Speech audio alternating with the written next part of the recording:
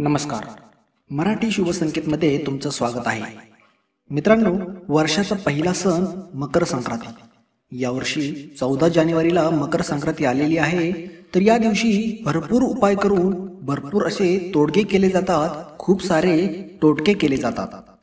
भरपूर प्रमाणामध्ये सेवा आणि मंत्र जप केला जातो. तर तुम्ही सुद्धा यावर्षी काही उपाय करून तुमचे नशीब नक्कीच बदलू शकता.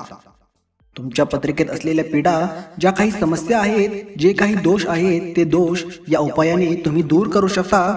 तर मित्रांनो, आज आम्ही तुम्हाला नारळाचा खूप सोपा आणि खूप साधा परंतु खूप प्रभावशाली असा उपाय सांगणार आहोत. हा उपाय तुम्ही मकर संक्रांतीच्या दिवशी केला तर तुमच्या घरातून गरिबी, दारिद्र्य हे कायमचं निघून जाईल. तुम्हाला माहीतच असेल की जेव्हा सूर्य धनु राशीमधून मकर राशीमध्ये प्रवेश करतो त्या दिवसालाच मकर संक्रांती असं म्हटलं जातं. तर मित्रांनो, तुमच्या राशीमध्ये, तुमच्या पत्रिकेमध्ये सुद्धा काही पीडा असतात, ज्यामुळे आपल्या आयुष्यात बऱ्याच अडचणी येत राहतात.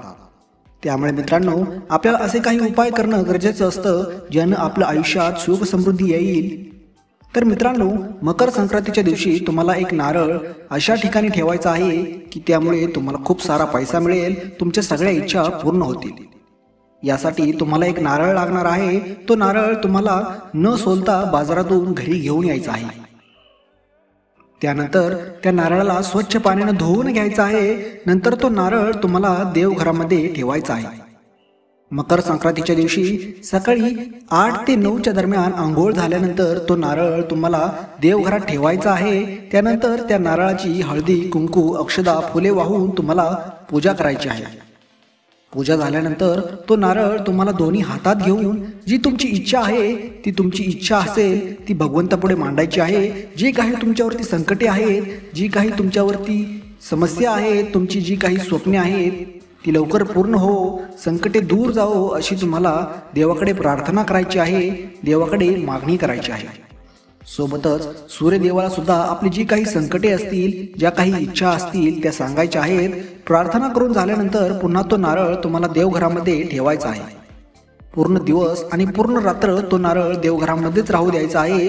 दुसऱ्या दिवशी सकाळी म्हणजेच मकर संक्रांती झाल्यानंतर दुसऱ्या दिवशी म्हणजेच 15 तारखेला तो नारळ एखाद्या गरीब व्यक्तीला दान करायचा आहे.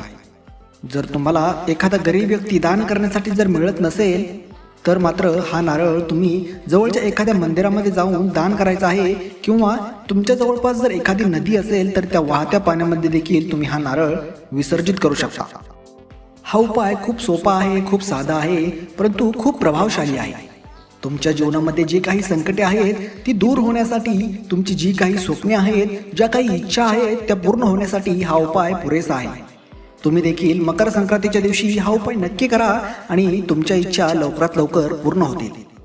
तुम्हाला जर हा व्हिडिओ आवडला असेल तर व्हिडिओला लाईक करा आणि आमच्या मराठी शुभ संकेतला सबस्क्राईब करून शेजारी असलेली घंटी देखील दाबा. धन्यवाद.